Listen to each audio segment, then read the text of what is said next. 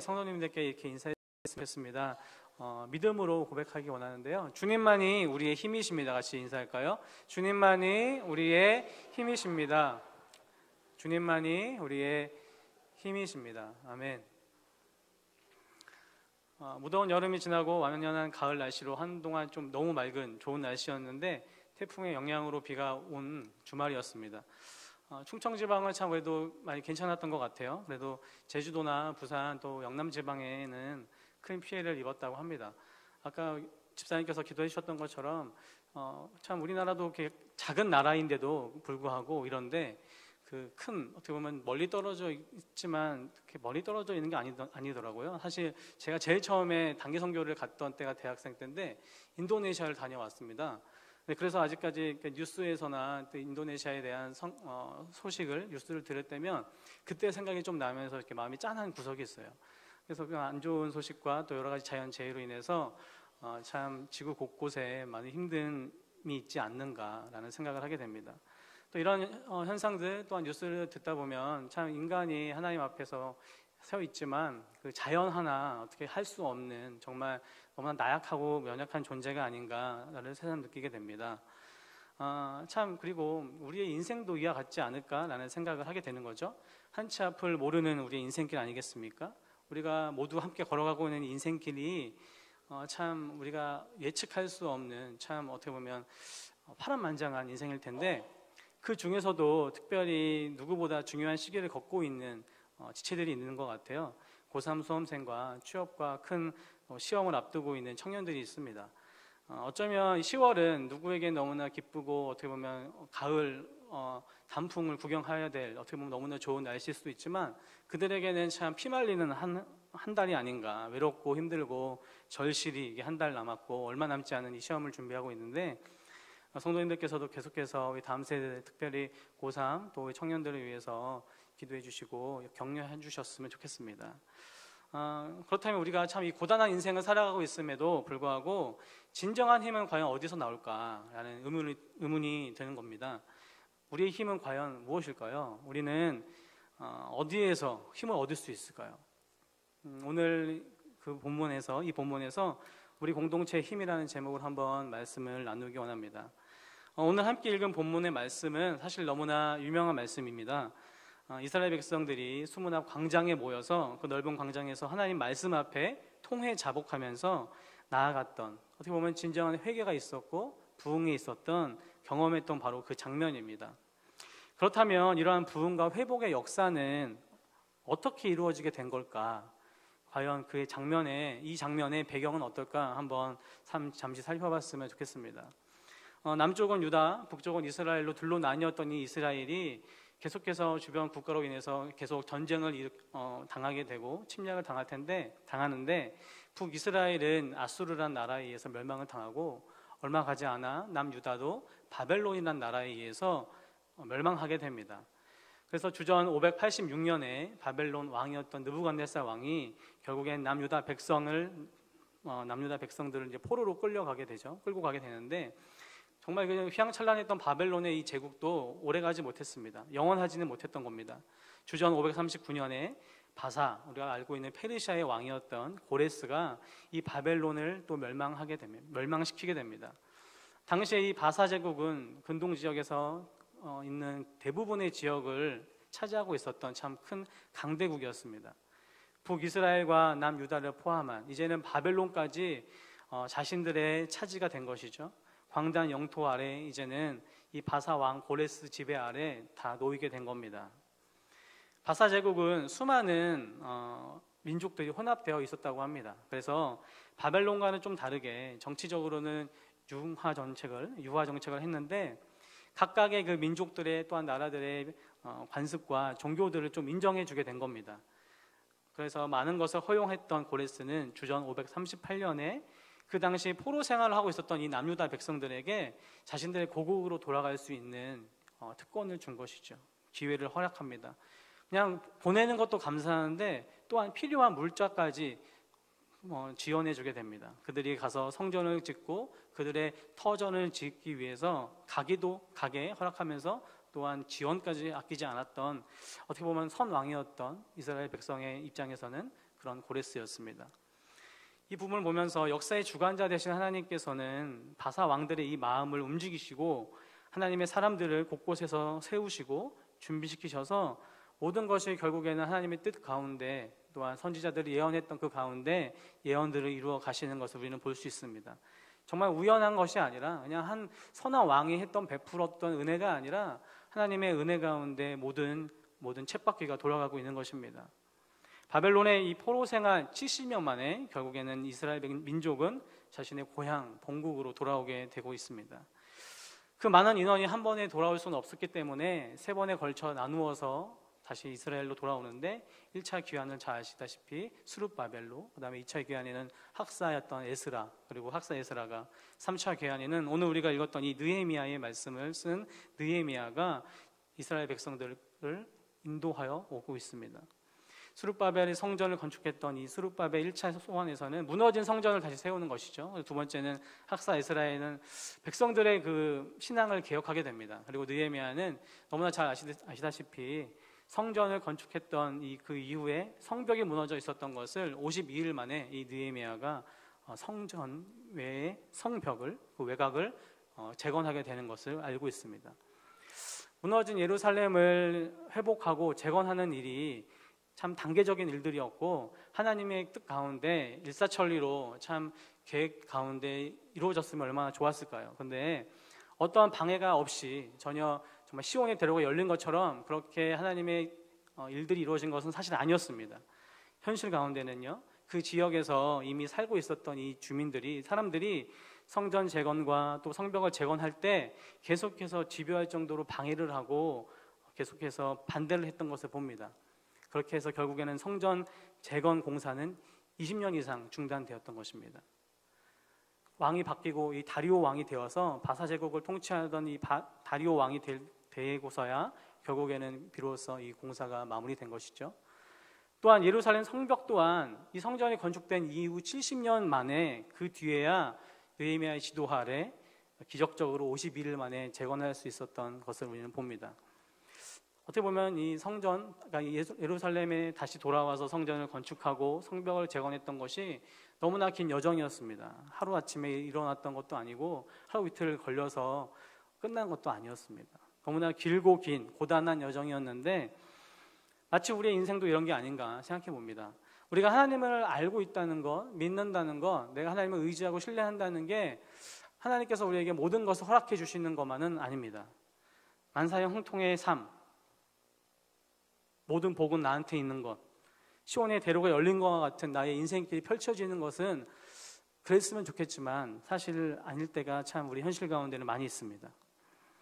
그렇지만 그럼에도 불구하고 하나님께서 우리에게 원하시는 것은 어려움과 환난, 어쩌면 세상 사람들하고 똑같이 그렇게 겪을지라도 이겨낼 힘을 주신다는 것, 넘어져도 다시 일어날 수 있는 능력을 주신다는 것, 끊임없이 그 길을 갈 수 있게 하시고 끈기를 주시고 하나님만 의지하는 법을 배우게 하시는 것, 광야를 허락하시지만 광야 가운데서 늘 함께 하신다는 그 주님의 신실하심, 그것이 우리에게 말씀하고 계신 게 아닌가 생각해 봅니다. 결국엔 드디어 이스라엘 백성들은 이제 성전을 건축하게 되었고 자기 마을에 어떻게 보면 터를 잡고 자리 잡고 살 수 있게 되었습니다. 무엇보다 이 성전과 성벽 재건을 마무리하면서 비로소 그들은 진정한 자유를, 또한 하나님 안에서의 평안을 누리게 될 수 있었던 것이죠. 어쩌면 외형적으로는 안정장치, 또 안전하고 안정적인 생활을 할 수 있었을 것입니다. 그럴 때 이스라엘 백성들이 무엇을 했을까? 그 배경이 바로 오늘의 배경입니다. 자유를 만끽하고 그동안 억압되었던 이 포로 생활을 마무리하면서 해방되었기 때문에 어떻게 보면 좀 다리 푹 쭉 펴고 좀 쉬고 그들의 인생을 즐기고 살 수 있었을 텐데 그들이 원했던 것이 바로 오늘 본문입니다. 8장 1절 말씀을 다시 한번 읽어볼까요? 다시 8장 1절 말씀 한 목소리로 읽어보겠습니다. 시작. 이스라엘 자손이 자기들의 성읍에 거주하였더니 7째 달에 이르러 모든 백성이 일제히 수문앞 광장에 모여 학사 에스라에게 여호와께서 이스라엘에게 명령하신 모세의 율법책을 가져오기를 청하며. 아멘.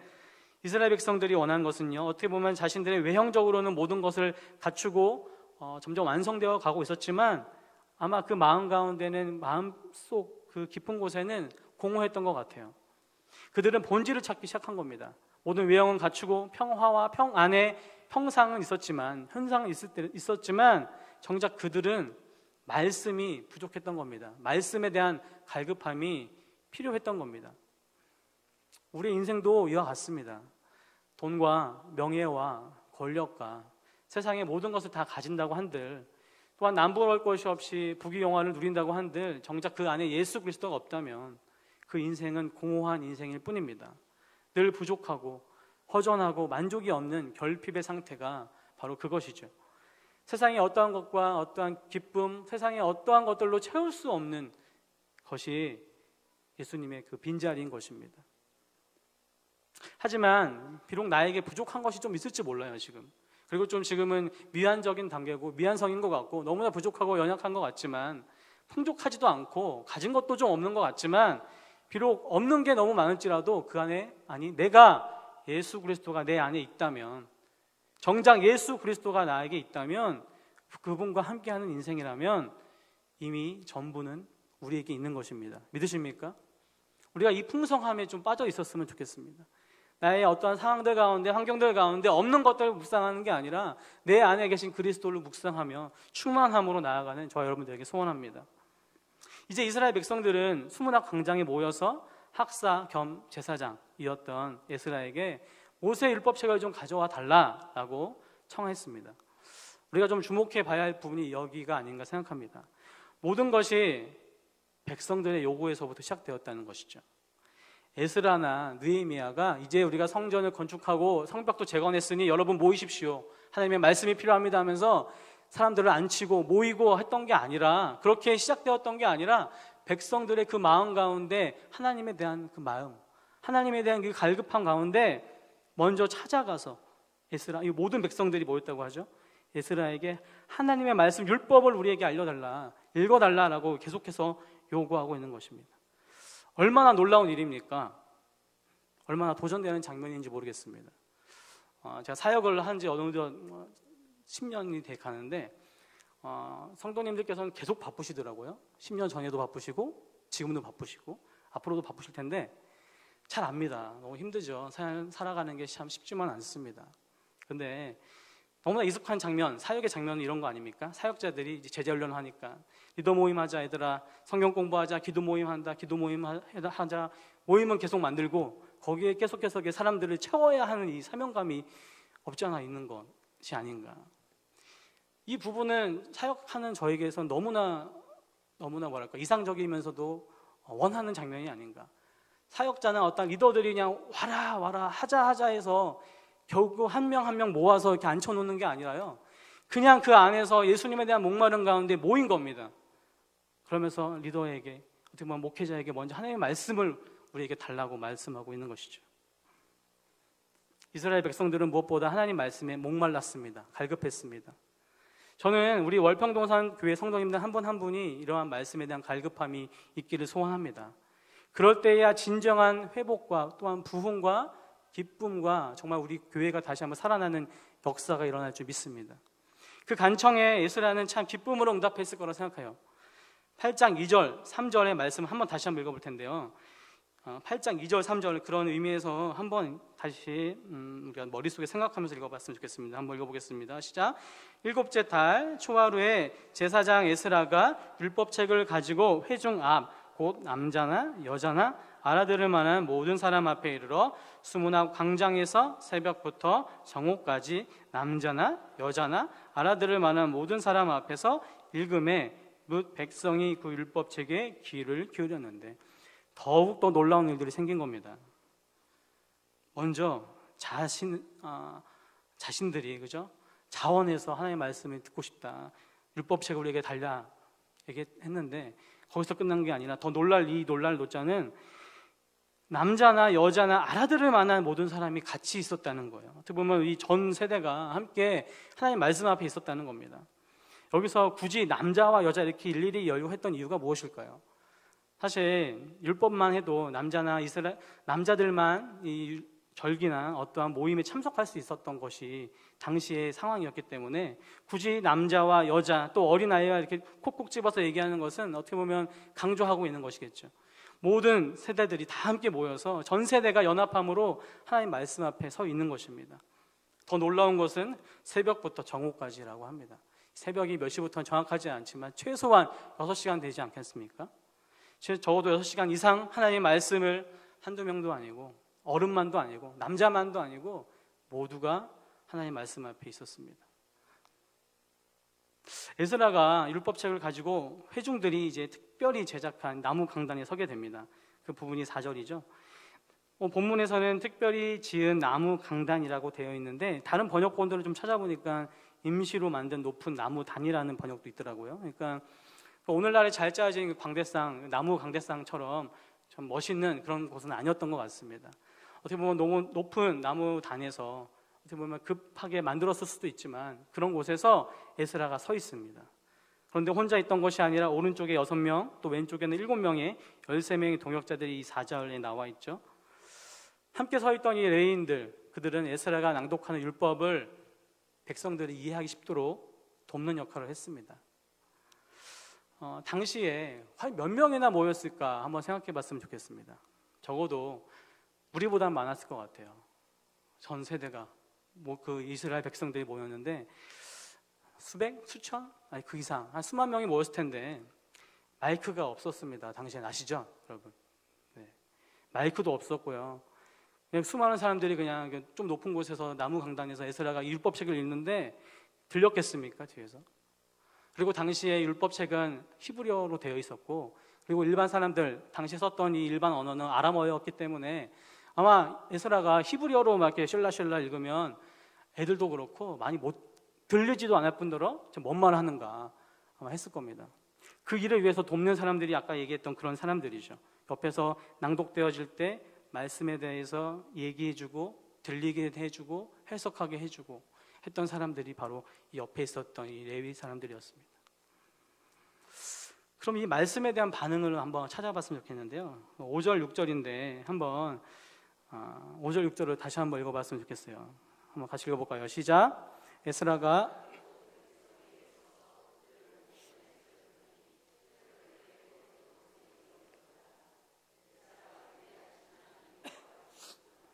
모든 백성이 손을 들고 아멘 아멘 하고 응답하고 몸을 굽혀 얼굴을 땅에 대고 여호와께 경배하니라.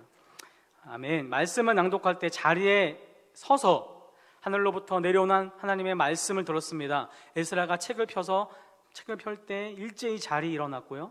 말씀에 대한 태도는 정말 하나님의 경외하며 정말 그 경험한 그 하나님 앞에 정말 나아갈 수밖에 없었던 것이죠. 에스라가 한 절 한 절 읽을 때마다 뭐라고 되어 있습니까? 아멘 아멘 하면서 손을 들고 응답하며 몸을 굽혔다고 합니다. 저는 이 부분 사실 그냥 읽을 때는 몰랐는데 다시 준비하면서든 몇 번 이렇게 읽어보면서 참 이렇게 닭살이 돋을 정도였던 것 같아요. 제가 얼마나 하나님 말씀 앞에 말씀을 준비하고 서지만 이렇게 하나님 말씀에 아멘 아멘 하면서 말씀 앞에 이렇게 있었었나? 라는 생각인 거죠. 여러분 어떠십니까? 하나님 말씀 앞에 이렇게 반응하고 기대하고 갈급해 하시나요?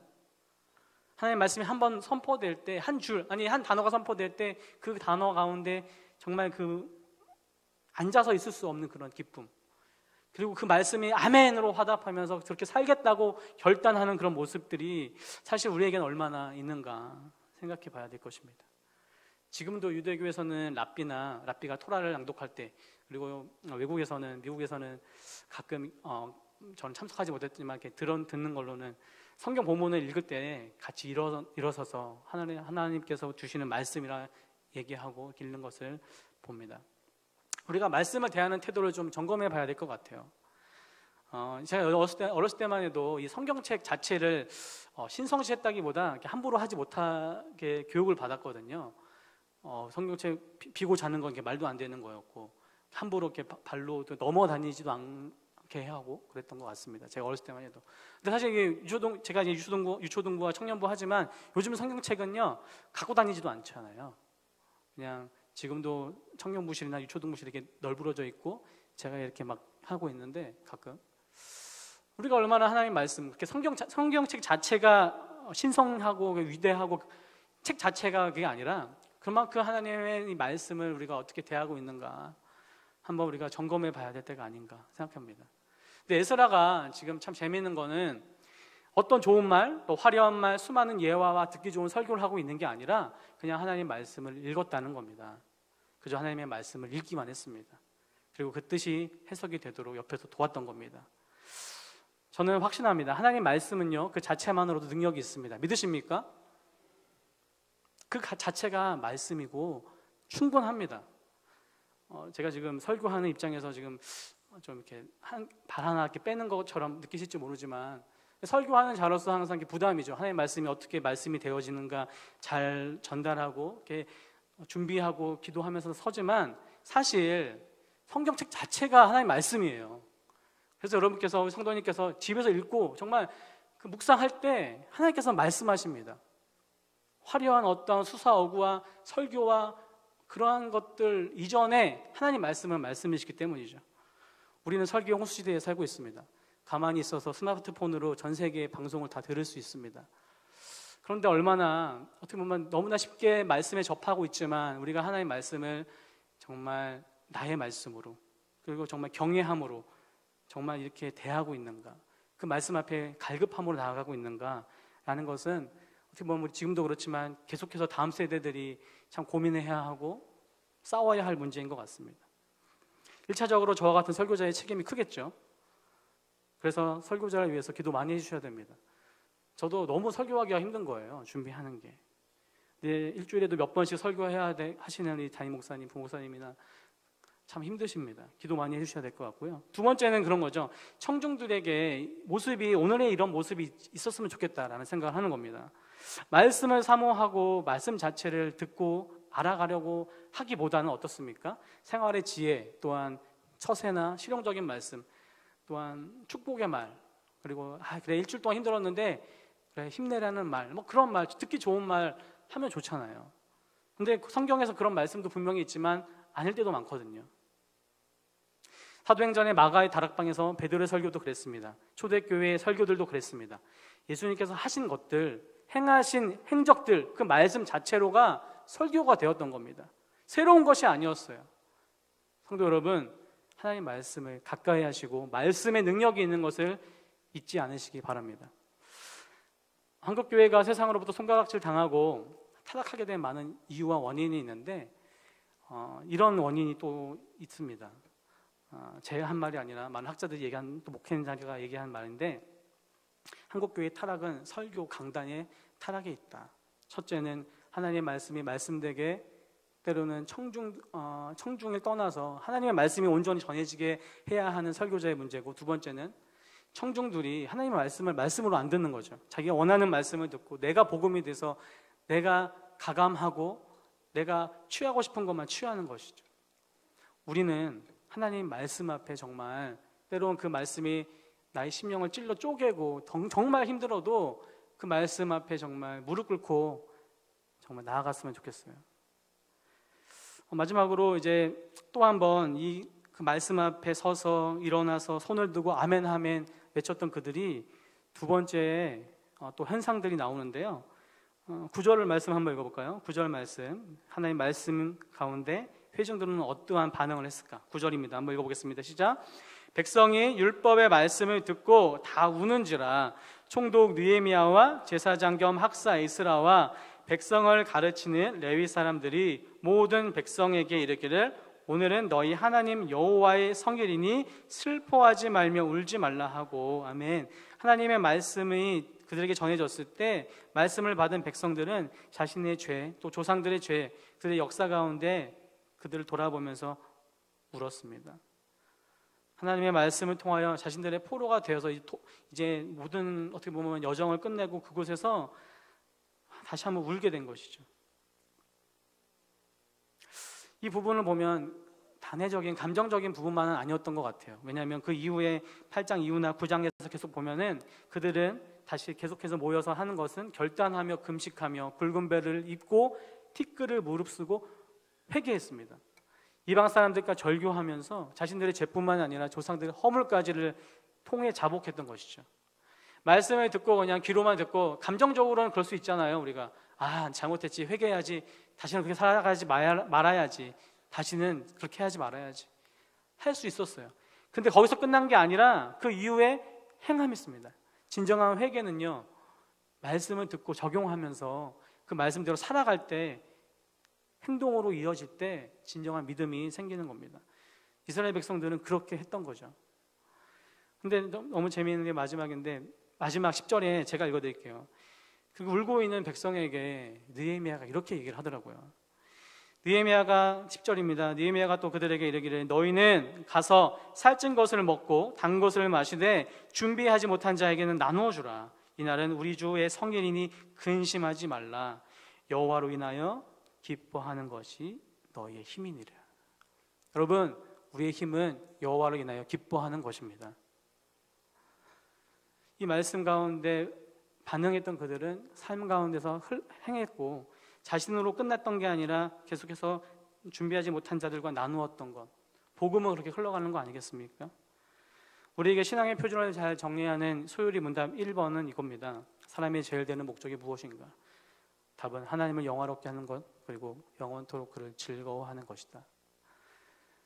성도님들, 마지막 이런 질문으로 설교를 마무리했으면 좋겠는데요. 하나님을 즐거워하십니까?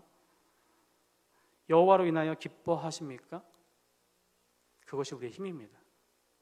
세상 바라보는 게 아니라 하나님께서 나에게 이런 거 해주셔서 기도 제목이 응답되어서 기쁜 게 아니라요, 하나님 자체로 기뻐하는 것.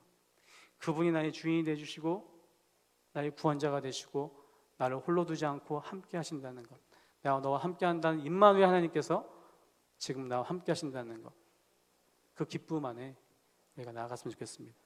그것이 우리의 힘임을 믿고 나아갔으면 좋겠습니다. 이 시간 같이 찬양할 텐데, 우리가 찬송가 449장입니다. 그런